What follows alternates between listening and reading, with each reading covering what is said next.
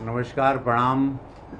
मैं गोरखपुर सांसद रवि किशन शुक्ल, जिलाध्यक्ष जी, महानगर संयोजक जनार्दन तिवारी जी, जिलाध्यक्ष महानगर संयोजक राजेश गुप्त जी, हमारी महिला मोर्चा की जिलाध्यक्ष, हमारी सारी दीदियां, सारी नारी शक्ति महिला मोर्चा का पूरा संगठन जो हमारे साथ बैठा है। मैं समस्त मीडिया बंधुओं से एक बात करने के लिए यहाँ पर आप लोगों को आमंत्रित किया था। वो था कि 16 और 17 अप्रैल के दिन संसद में एक बहुत महत्वपूर्ण दिन था, जहाँ पर यशस्वी प्रधानमंत्री मोदी जी, गृह मंत्री अमित शाह जी से लेके हमारे देश के केंद्र के सभी मंत्री वहाँ मौजूद थे, सभी माननीय सांसदगण वहाँ मौजूद थे, अपोजिशन भी, सारा खचाखच पूरा माहौल भरा हुआ था। यशस्वी प्रधानमंत्री मोदी जी महिला आरक्षण के लिए 33% रिजर्वेशन बिल लाए थे। 23 में पारित हुआ था, सहसहमति हुआ था। 26 में ये बिल दोबारा आया और पारित करने का समय था। देश की सभी महिलाओं में बड़ी खुशी थी, सभी बेटियों में बड़ी खुशी का माहौल था कि हमारी बेटी अब हमारी कार्यकर्ता या हमारी महिला मोर्चा की कार्यकर्ता अब विधायक बनेंगी या सांसद बनेंगी। परिसीमन हो रहा था, अतिरिक्त सीट आती, 1100 की कैपेसिटी का पार्लियामेंट नया बना हुआ है, सबको बैठने की व्यवस्था होती। 850 माननीय सांसद बन जाते ये बिल अगर पारित होता। लेकिन कांग्रेस की मानसिकता, सपा की मानसिकता, टीएमसी की मानसिकता, स्टालिन जो तमिलनाडु की पार्टी है, स्टालिन जो मुख्यमंत्री हैं, उनकी मानसिकता, उन्होंने साफ दर्शाया, चूंकि मैं वहां पर बैठा था, साफ दर्शाया कि महिला विरोधी उनकी मानसिकता है और वो आरक्षण महिलाओं के लिए, हमारे भारत की आधी आबादी की बेटियों के लिए नहीं चाहते। उन्होंने ये विधेयक गिरा दिया। गिरा के राहुल गांधी जी वहां हंस रहे थे सामने बैठ के, अखिलेश यादव जी वहां बैठे थे, वहां पे जश्न मनाया जा रहा था, खुशियां हो रही थी। खुशियां क्यों हो रही थी? बेटियों को एक मौका, यशस्वी प्रधानमंत्री जी जो ताकत दे रहे थे, वो मौका चला गया, ये लोगों ने छीन लिया। बेटियों का, महिलाओं का, नारी शक्ति का अधिनियम बिल उस दिन हमारी आंखों के सामने, यशस्वी प्रधानमंत्री मोदी जी की आंखों में आंसू, उनकी आंखों में वो गीलापन मैंने महसूस किया।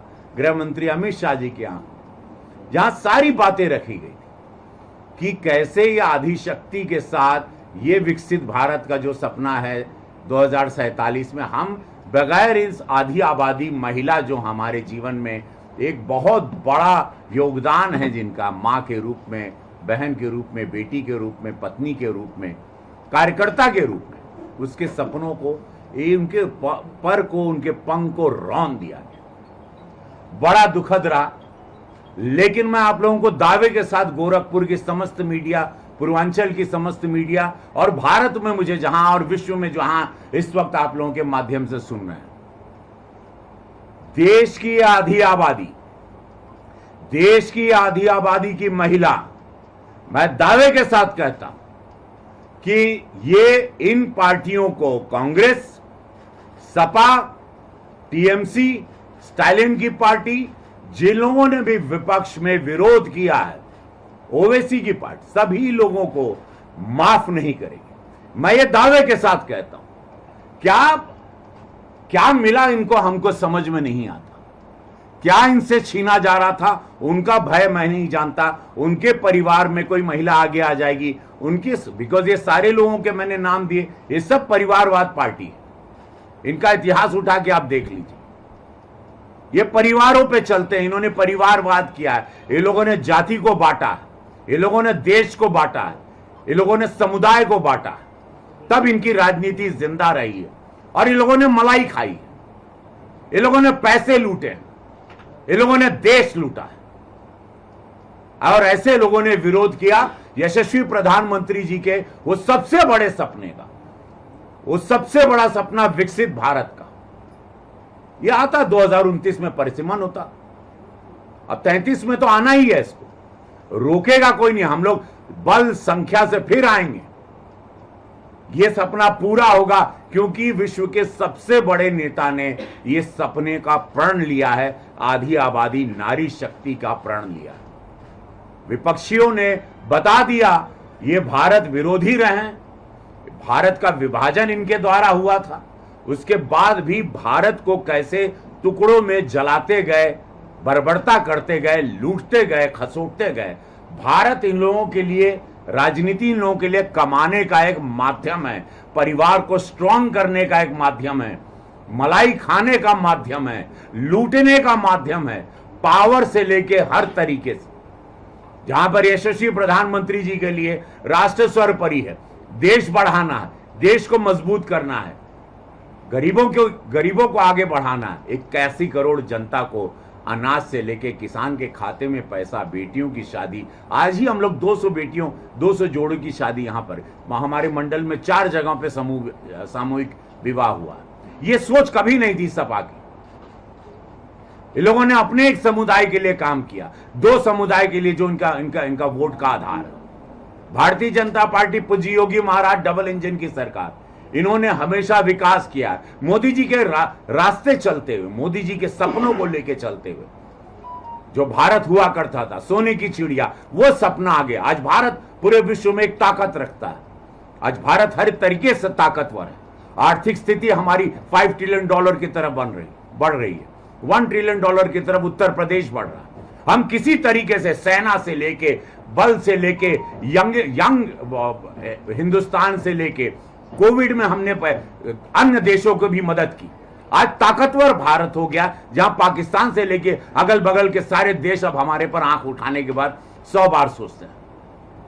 विदेश की नीतियों में आज हमारी पैठ हो गई है यशस्वी प्रधानमंत्री मोदी जी के साथ। विश्व के बड़े बड़े नेता आज उनको सम्मान करते हैं।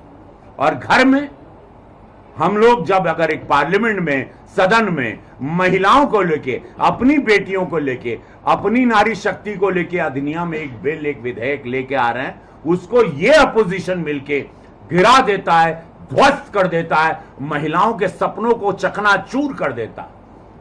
अरे भाई, हमारे अगर कार्यकर्ता मेल हैं, अगर पुरुष के रूप में, उतनी महिलाएं भी हैं। भारतीय जनता पार्टी के 17-18 करोड़ कार्यकर्ता हैं पूरे भारत में, उसमें आधी आबादी महिलाओं की है। यशस्वी प्रधानमंत्री मोदी जी ताकत दे रहे हैं। कोई हमारी कार्यकर्ता नहीं, वो बेटी भी टिकट मांग सकती थी, चुनाव लड़ सकती है, आगे बढ़ सकती है। महिलाओं पर जो अपराध हो रहे हैं, जो जुल्म हो रहे हैं रोजमर्रा की जिंदगी में, वो अपनी आवाज उठाती, ना कि किसी के दर जाके भीख मांगती न्याय की। वो खुद एक लॉ मेकर बनती, वो खुद न्याय उसके साथ खड़ा होता। यही न ताकत देना था। महिलाओं की आधी आबादी की आवाज महिलाएं उठाती। आज 77 माननीय पार्लियामेंट्रियन है, माननीय सांसद हैं, वो 178 हो जाती, उनकी संख्या 200 से ऊपर हो जाती, विधायक उतनी ज्यादा बनते, और पूरे विश्व में एक संदेश आ जाता कि हम लोग इक्वालिटी में बिलीव करते हैं, समानता में बिलीव करते हैं। घर में सारी रक्षा सुरक्षा व्यवस्था हमारी नारी शक्ति करती है, तब पुरुष बाहर जाके काम कर पाता है। वो मां के रूप में हो, बेटी के रूप में हो, बहन के रूप में हो, पत्नी के रूप में। और जब उनको सम्मान देने की बात आती है तो यही लोग उस विधेयक को गिरा देते हैं। और वो सबकी मां है। वो जो विपक्ष में बैठे थे, जिन लोगों ने विधेयक को गिराया, उनकी भी बहन है, उनकी भी पत्नी है, उनकी भी बेटियां हैं, उनके वोटर भी थे। लेकिन अब मैं दावे के साथ कहता हूं, एक वोट महिलाओं का इन विपक्षियों को नहीं मिलेगा। आप देख लीजिएगा, बंगाल का रिजल्ट आपकी आंखों के सामने 2 दिन बाद आएगा। उसके बाद उत्तर प्रदेश 6-7 महीने बाद चुनाव होगा। आप लोग रिजल्ट देख लीजिएगा। महिलाएं इस भारत की इन विरोधियों को, इन विपक्षियों को, जिन्होंने इस अधिनियम बिल, इस नारी अधिनियम बिल को गिराया है, इस विधेयक को, उनको कभी वोट नहीं देंगी। मैं दावे के साथ कहता हूं, इससे बड़ा पाप कभी नहीं हुआ था। जो सदन में, जो देश की सबसे बड़ी पंचायत में इस बिल को गिरा के, इस विधेयक को गिरा के महिलाओं के साथ इससे बड़ा अन्याय इस भारत में कभी नहीं हुआ। काले ब्लैक डे में लिखा जाएगा वो दिन जिस दिन सदन में हम सब लोग सर नीचे कर लिए जब ये बिल गया, क्योंकि 2/3 उसको सपोर्ट चाहिए था।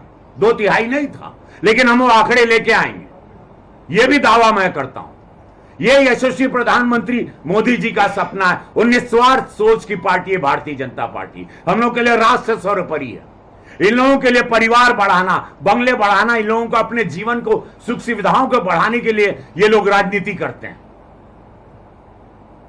हम लोग वो नहीं विचार रखते। हम अपने भारत के लिए जीते हैं, भारत के लिए मरते हैं, भारत को ताकतवर बनाएंगे और भारत आधी आबादी के बगैर कमजोर रहेगा।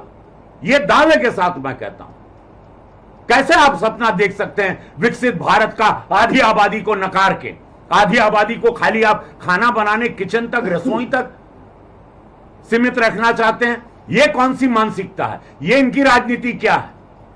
इनका डर, इनका भय, इनका परिवार इन पर कभी हावी ना हो जाए, इनकी राजनीति और महिलाएं आगे खत्म ना कर दें, इसीलिए ये सारे लोग एक संगठित हुए और एक स्वर में। कभी पार्लियामेंट ये लोग अटेंड नहीं करते हैं।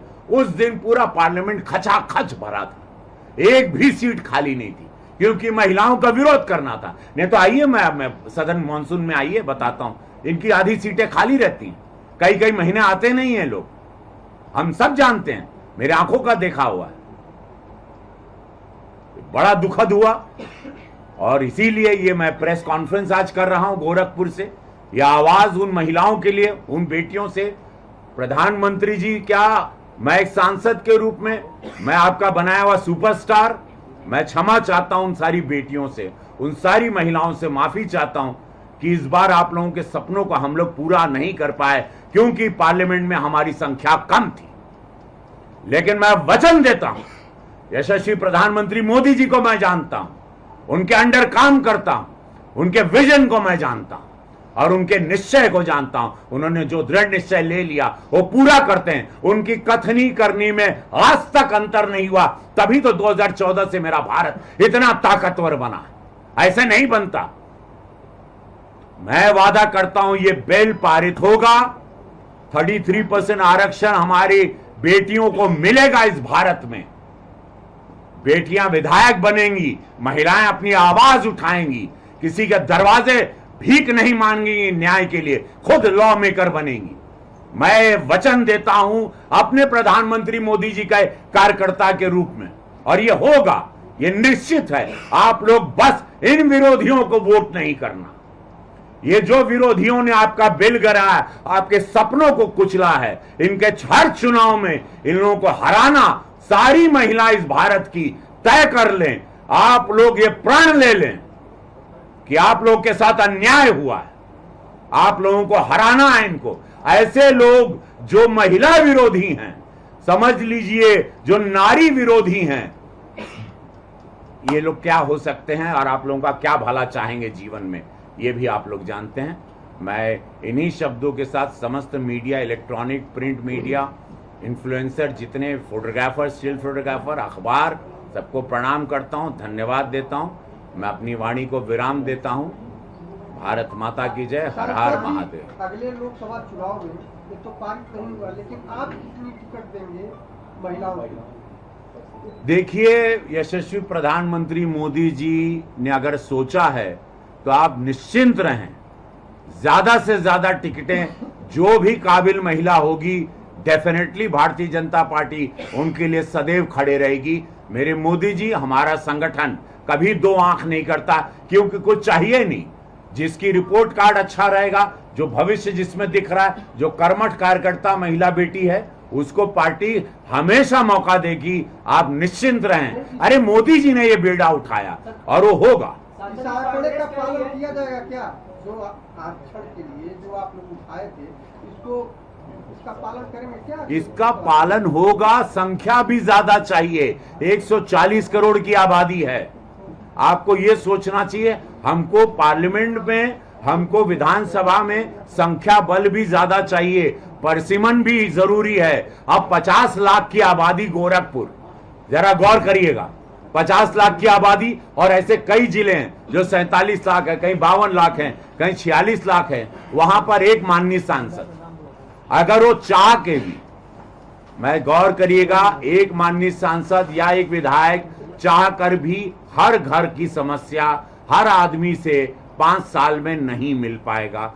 परसिमन इसीलिए जरूरी था उन सारे बड़े जिलों में जहां की आबादी ज्यादा है, जहां पर हर आदमी चाहता है अपने सांसद से मिलना, अपनी समस्याओं को समझाना और सुलझाना, अपने विधायक गण से मिलना। सिलेंडर के दाम बहुत बढ़ गए हैं। बंगाल चुनाव खत्म होते ही कमर्शियल सिलेंडर देखिए, कमर्शियल सिलेंडर के दाम बढ़े हैं। भारतीय जनता पार्टी वो पार्टी है जहां पर गरीबों के लिए सोचा जाता है, जनमानस पे इसका प्रभाव नहीं पड़ेगा। स्थिति विश्व में क्या है किसी से छिपी नहीं है। आज ये कमर्शियल सिलेंडर पे बढ़ा है, आम जिंदगी के घरेलू गैस सिलेंडर पे नहीं बढ़ा है। और ये सिचुएशन आज की आई है, इसको भी डेफिनेटली सरकार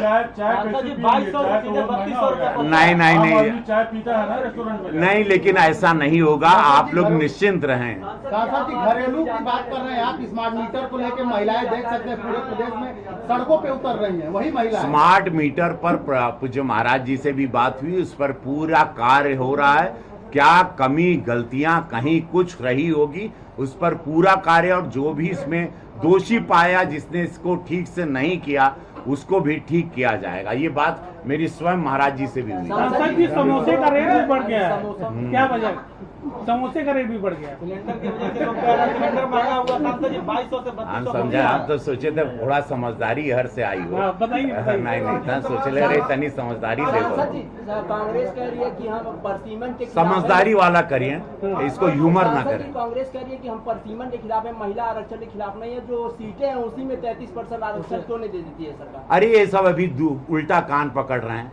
ये लोग महिला विरोधी हैं बात, क्योंकि अब उनको पता है कि मामला एकदम फ्लॉप हो चुका है। बीजेपी को ही घोषणा कर देना चाहिए कि अपनी सीटें मैं आधी महिलाओं को दूंगा। यही सब हो जाएगा, काहे चिंता मत करा, सब हो इस जाएगा। तरह की कार्रवाई अच्छा, आप लोग मुझे अगर चाह रहे हो कि मैं उस रूप में आऊं, मैं ऐसे बोलवा वैसे आ जाएंगे रूप में। मसाला चाहिए तो वो बोला, वो दे दे हम। बंगाल चुनाव को लेकर के पार्टी कितने आश्वस्त है जीत को लेकर के?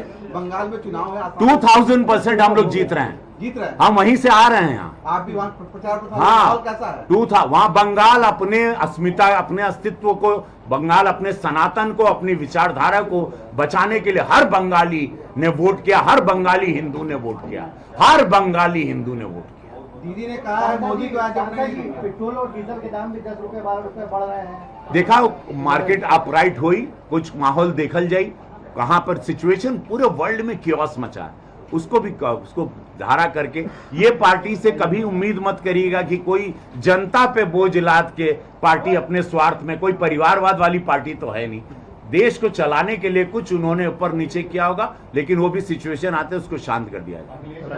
आरोप लगाया है सर, बिल और जो पास था, आप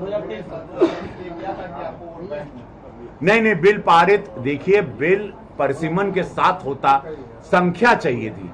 उन्होंने जो आरोप लगाया गलत आरोप लगाया।